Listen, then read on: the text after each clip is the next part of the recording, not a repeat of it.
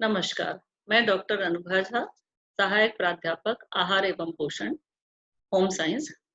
Government dB girls PG college Raipur. आज हम पोषक तत्व के बारे में पढ़ने जा रहे हैं, जो कि बीएससी होम साइंस पार्ट 1 के बेसिक न्यूट्रिशन का सेकंड यूनिट है एवं बीए अंतिम की छात्राओं के सेकंड पेपर आहार एवं पोषण एवं आहारी चिकित्सा के 5वें यूनिट का पार्ट है। जैसा कि हमने पिछले लेक्चर्स में और आपके पाठन में आपने देखा कि हमारे भोजन में कुछ बहुत ही महत्वपूर्ण पोषक तत्व होते हैं, जैसे कि कार्बोहाइड्रेट, फैट, प्रोटीन जो ऊर्जा प्रदान करते हैं, साथ ही साथ बहुत ही शरीर के महत्वपूर्ण कार्य करते हैं। इसी स्थिति में पुराने समय में ये माना जाता था कि कुछ ऐसे पोषक तत्व होते हैं जो हमारे लिए महत्वपूर्ण नहीं हैं और उन्हें पोषक तत्वों के अंतर्गत नहीं रखा जाता था। परंतु जो रिसर्चेज हुई हैं, उनसे अब ये पता चला कि ऐसे कुछ पोषक तत्व होते हैं जिनको हम पहले नॉन न्यूट्रिएंट्स मानते थे, जैसे कि जल और रेशे, वो भी हमारे स्वास्थ्य के लिए बहुत ही महत्वपूर्ण होते हैं। तो आज हम अपने इस विषय में देखेंगे कि आहारी रेशे क्या हैं और उनका मनुष्य के स्वास्थ्य एवं पोषण की दृष्टि से क्या महत्व है। आहारी रेशे वास्तव में जटिल कार्बोहाइड्रेट होते हैं और वो ऐसे तत्व होते हैं जो मनुष्य के पाचन संस्थान में पचाए नहीं जाते या अपाच्य होते हैं, क्योंकि जिन एंजाइम्स या पाचक रस की सहायता से इनका पाचन होना होता है, वो मानवीय शरीर में उपलब्ध नहीं होते। ये रेशे मुख्य रूप से जो वानस्पतिक कोशिकाएं होती हैं, उनके बाह्य भित्ति का निर्माण करते हैं और इनको मनुष्य के शरीर में उपलब्ध एंजाइम्स इनका पाचन नहीं कर पाते। ये जो रेशे हैं मुख्य रूप से पुराने समय में इनको सेलुलोज, हेमीसेलुलोज, पैक्टिन माना जाता था, परंतु वर्तमान में इनको दो भागों में बांटा जाता है, घुलनशील रेशे और अघुलनशील रेशे। घुलनशील रेशे ऐसे होते हैं जो पानी के साथ में जो है वो उनका आकर्षण होता है, पानी को अवशोषित करते हैं, और अघुलनशील रेशे उसी रूप में हमारे शरीर से उनका उत्सर्जन हो जाता है। जैसा हम सभी जानते हैं कि जो आहारी रेशे होते हैं, उनका प्रचुर और संघनित साधन होता है सब्जियां। हरी सब्जियां, हरी पत्तेदार सब्जियां, फल, संपूर्ण अनाज, फलों के छिलके, सब्जियों के छिलके, ये जो उनके बीज होते हैं, ये सब इनके बहुत प्रमुख सोर्सेज होते हैं, जो कि हमारे दैनिक जीवन में हम उनको एक मुख्य भोज्य समूह के रूप में इनका उपयोग करते हैं। यदि हम वैज्ञानिक उसका यदि वर्गीकरण देखेंगे, तो जो फाइबर्स होते हैं, उनको उनमें cellulose, hemicellulose, hexose, lignans, पैक्टिन्स, इन्युलिन, raffinose, पॉलीडेक्सट्रोज आते हैं। जैसा कि आप इस टेबल पे देख रहे हैं, जो सेलुलोज रहता है ये मुख्य रूप से खाद्यान्न, फलों के छिलके, सब्जियों के छिलके में पाया जाता है। हेमीसेलुलोज मुख्य रूप से जो है वो लकड़ियों में, लेग्यूम्स में, ब्रान अर्थात जिसको हम चोकर बोलते हैं, जब हम गेहूं के संपूर्ण आटे को छानते हैं तो उसमें जो मोटा हिस्सा निकलता है वो ब्रान या बोलचाल की भाषा में चोकर बोलते हैं। ये हेमीसेलुलोज का साधन होता है। वीट है, बार्ली है, ओट है, ओट का भी बहुत ज्यादा उपयोग आजकल किया जाता है। इसके अलावा फलों सब्जियों के कड़े हिस्से, उनके छिलके, इनमें कुछ गोंद के रूप में, गोंद भी एक प्रकार का फाइबर होता है। साथ ही साथ जो इन्युलिन होते हैं, जो कि आजकल बहुत इनका फाइबर और प्रोबायोटिक के रूप में उपयोग किया जा रहा है। पैक्टिन्स जैसा कि आप जानते हैं, जो कि जैम जेली की संरचना निर्माण करने में इनका प्रमुख रोल होता है, और ये एप्पल, सेब जो है उनके उस भोज्य पदार्थ में सेब, पपीता, इनमें बहुत मुख्य रूप से अमरूद में पाए जाते हैं। रेफिनोज भी एक प्रकार की शर्करा होती है, जो कि आजकल इसको फाइबर्स के अंतर्गत, डाइटरी फाइबर्स के अंतर्गत इसका अध्ययन किया जाता है, क्योंकि जो फलीदार सब्जियां होती हैं उनमें ये पाए जाते हैं और ये पाचन मार्ग के लिए बहुत ही उपयोगी होते हैं। यदि हम इनकी दैनिक मात्रा के बारे में विचार करें, तो ये पता चलता है कि इनको 20 से 35 ग्राम पर डे, मतलब हमारे भोजन में रेशेदार पदार्थों की मात्रा जो है वो 20 से 35 ग्राम पर डे होनी चाहिए। या यदि हम जितनी ऊर्जा का भोजन ले रहे हैं, अर्थात यदि हम 2000 किलो कैलोरी का आहार ले रहे हैं, तो उसमें कम से कम 25 ग्राम रेशे जो रहेंगे वो पाए जाने चाहिए। रेशों का यदि हम कार्य देखेंगे, तो ये मुख्य रूप से 3 प्रकार के हमारे शरीर में इनके जो गुण होते हैं उसके आधार पर ये उपयोगी होते हैं। सबसे पहली चीज तो ये जो डाइटरी फाइबर और घुलनशील फाइबर्स होते हैं, ये पानी के साथ मिलकर विस्कस या लसलसी रचना जो है वो तैयार करते हैं और इसके माध्यम से ही ये पोषक तत्वों के पाचन, अवशोषण और हमारे आंत्र मार्ग की गतिशीलता को प्रभावित करते हैं। न्यूट्रिएंट्स के पोषक तत्वों पर प्रभाव डालते हैं। जबकि दूसरी ओर जो अघुलनशील रेशे होते हैं, वो हमारे भोज्य पदार्थ को आकार या भार प्रदान करते हैं और जो मल पदार्थ निर्माण में सहायक होते हैं। और तीसरे गुण के आधार पर ये हमारी बड़ी आंत में किण्वित होते हैं। बड़ी आंत में ऐसे उपयोगी जीवाणुओं की कॉलोनी होती है जिसको हम की माइक्रोफ्लोरा ऑफ गट बोलते हैं या गैस्ट्रोइंटेस्टाइनल फ्लोरा बोलते हैं। ये इन अपच्य भोज्य पदार्थों के ऊपर क्रिया करते हैं और कुछ महत्वपूर्ण यौगिक जैसे बीटा ऑक्सी फैटी एसिड्स का निर्माण करते हैं, कुछ अनिवार्य अमीनो अम्ल का निर्माण करते हैं और कुछ विटामिन के मेंबर्स का निर्माण करते हैं। तो इस तरीके से जो रेशे हैं वो हमारे शरीर के लिए बहुत ही उपयोगी होते हैं। सर्वप्रथम हम देखेंगे कि ये पाचन में मदद करते हैं। चूंकि रेशे अपाच्य हैं और हमारे जो आमाशय है और हमारी जो आंतें हैं, आंतों में एक आकुंचन लहरी चलती है जिसके माध्यम से भोजन का जो है वो आगे संवहन होता है और उसी बीच पोषक तत्वों का अवशोषण होता है। तो ये रेशे यांत्रिक उद्दीपन देने के कारण जो आकुंचन लहरियां हैं उनको उद्दीपित करते हैं, जिससे कि भोजन का पाचन अच्छे से होता है और पोषक तत्वों के अवशोषण के लिए समय मिल जाता है। दूसरी तरफ ये जो आंतों की गतिशीलता बढ़ाते हैं और अपने साथ पानी को अवशोषित करते हैं, इसलिए जब ये बड़ी आंत में जाते हैं तो वहां पर जो अपचित भोज्य पदार्थ जो कि बहुत ही तरल पदार्थ के रूप में होता है, वो बड़ी आंत में उसका पानी का पुनः अवशोषण होता है और ये रेशे जो हैं वो कब्ज कम करने का कार्य करते हैं। तीसरा यदि हम इसका कार्य देखेंगे तो ये बहुत ही महत्वपूर्ण है और आज चिकित्सा की दृष्टि से इसको बहुत महत्व दिया जाता है कि ये सीरम कोलेस्ट्रॉल को कम करते हैं। अपने पिछले वसा के चैप्टर में हमने देखा कि जो कोलेस्ट्रॉल है यदि वो हमारे शरीर में बहुत अधिक मात्रा में जमा हो जाता है या रक्त में स्तर बढ़ जाता है तो वह हृदय रोग को बढ़ावा देता है, मोटापा को बढ़ावा देता है। ये जो फाइबर्स होते हैं जो हम आहार में लेते हैं, ये वसा के पाचन अवशोषण के समय उसके अवशोषण को कम करते हैं या रक्त में कोलेस्ट्रॉल की मात्रा को कम करते हैं। साथ ही साथ ये अच्छा कोलेस्ट्रॉल एचडीएल, यह भी आपने अपने पिछले अध्याय में पढ़ा है, वसा के अध्याय में, कि जो गुड कोलेस्ट्रॉल होता है उसके अनुपात को बढ़ाते हैं और निश्चय ही ये हृदय के स्वास्थ्य के लिए उत्तम होता है।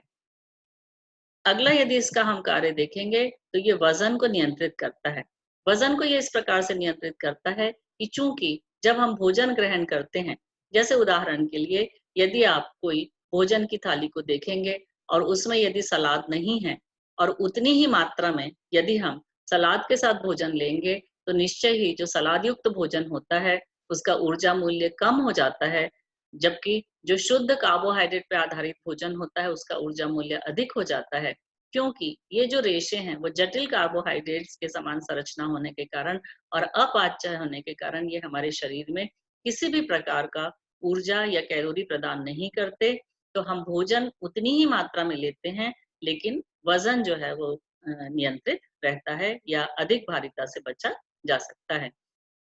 अगला जो महत्वपूर्ण कार्य ये करता है वह डायबिटीज के पेशेंट्स के लिए बहुत ही महत्वपूर्ण होता है, जो कि है ये इंसुलिन के स्तर को निम्न करता है।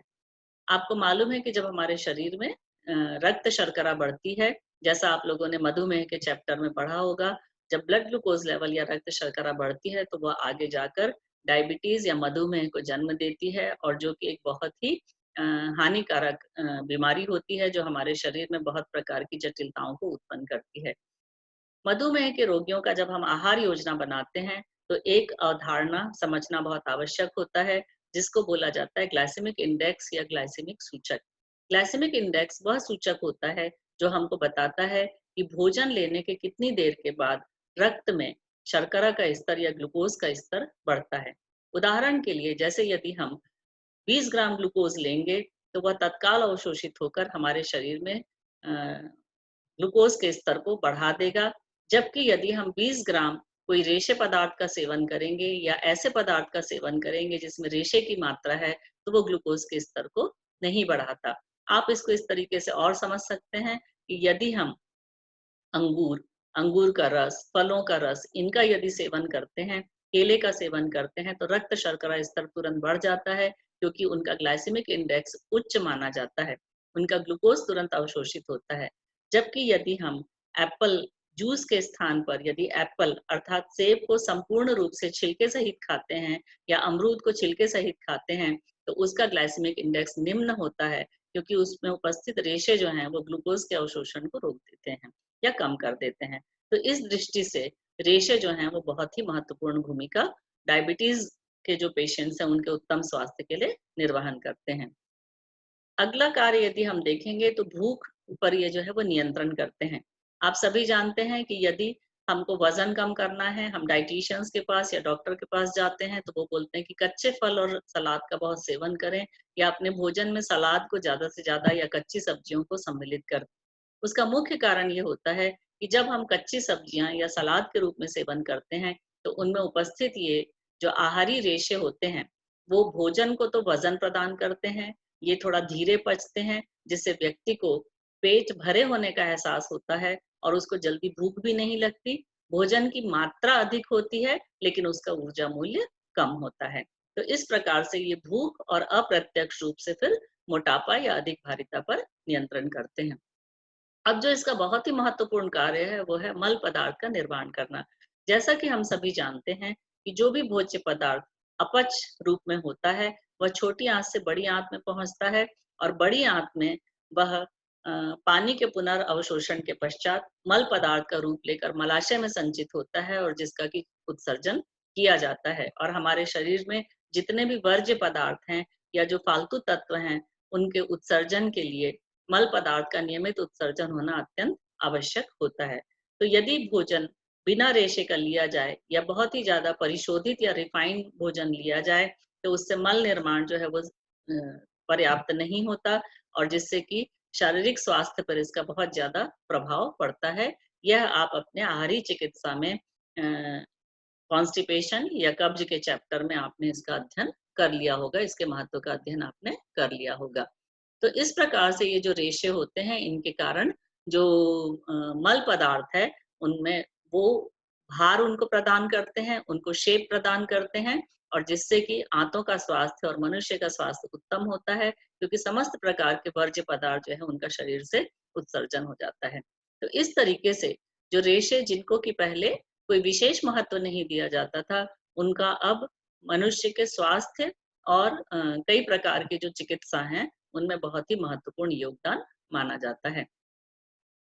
यदि अब हम ये देखेंगे कि बहुत ज्यादा रेशे का उपयोग करने से हमारे शरीर पर क्या प्रभाव पड़ता है, यह देखा जाता है कि वर्तमान में डाइटिंग की दृष्टि से, वजन कम करने की दृष्टि से या बहुत सारी बीमारियों में हृदय रोग वगैरह से बचने के लिए लोग बहुत जरूरत से ज्यादा आहारी रेशों का या सिर्फ रेशों का जो है अपने आहार में सेवन करते हैं। इससे कई प्रकार की समस्याएं भी देखी जाती हैं, जिसमें सबसे पहली समस्या होती है पेट का फूलना। बहुत ज्यादा जब हम फाइबर्स या रेशे का सेवन करते हैं तो आपको जैसे मैंने बताया कि रेशे बड़ी आंत में जाकर पानी के साथ में किण्वित होते हैं, जीवाणु उनको किण्वित करते हैं और जिससे कि व्यक्ति को ये महसूस होता है कि उसका पेट जो है वो बहुत ज्यादा भरा हुआ है और पेट में बहुत ज्यादा गैस बनने लगती है, जिसको कि हम फ्लैटुलेंस भी बोलते हैं। और ये समस्या जो रहेगी वो जरूरत से ज्यादा रेशे का उपयोग करने से देखी जाती है।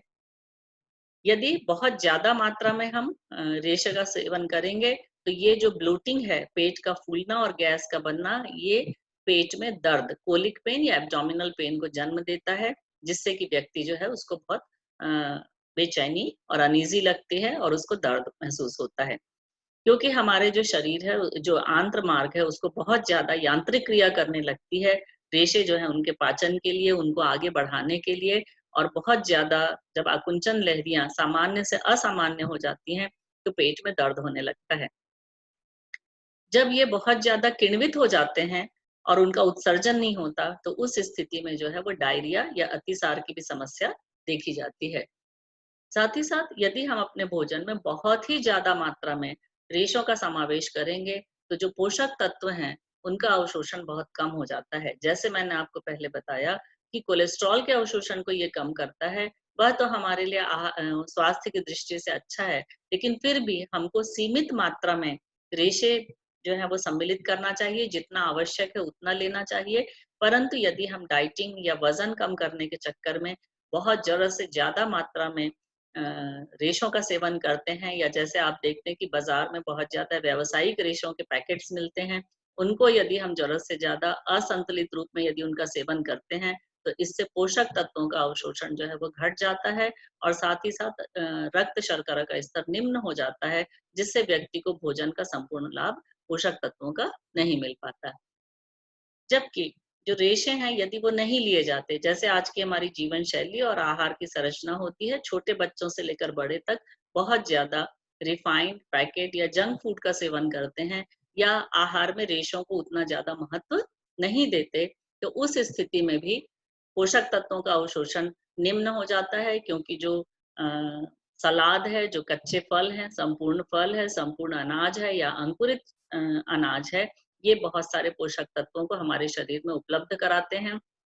साथ ही साथ बड़ी आँत में निर्मित जो कुछ आपको जैसे बताया कि जो पोषणीय तत्व हैं, वो हमारे शरीर के लिए उत्तम स्वास्थ्य के लिए आवश्यक होते हैं। इसी प्रकार आँतों की बीमारी देखी जाती है, डाइवर्टिकुलोसिस बोलते हैं। आँतों में कुछ पॉकेट्स जैसे बन जाते हैं रेशों की कमी से, और जो कि पोषक तत्वों के अवशोषण को भी कम करते हैं, और साथ ही साथ जो है वो तकलीफ भी होती है। इसके अलावा ब्लड शुगर लेवल के ऊपर प्रभाव पड़ता है, और अब तो जो नई रिसर्चेस हैं वो ये स्थापित हो चुकी हैं कि यदि कोई व्यक्ति अपने आहार में रेशों को पर्याप्त मात्रा में सम्मिलित करता है, तो उसको भविष्य में कोलॉन कैंसर होने का भय कम हो जाता है, या संभावना जो रहती है वो कम हो जाती है। तो इस तरीके से हम देखेंगे कि पूर्व में जिस रेशे को एक बेकार पदार्थ माना जाता था, यदि उसका सही तरीके से, सही मात्रा में और ताज़े फल सब्जियों के रूप में यदि उपयोग किया जाता है, संपूर्ण अनाज के रूप में उपयोग किया जाता है, तो वो निश्चय ही मानव शरीर के स्वास्थ्य एवं पोषण के लिए महत्वपूर्ण होता है। धन्यवाद।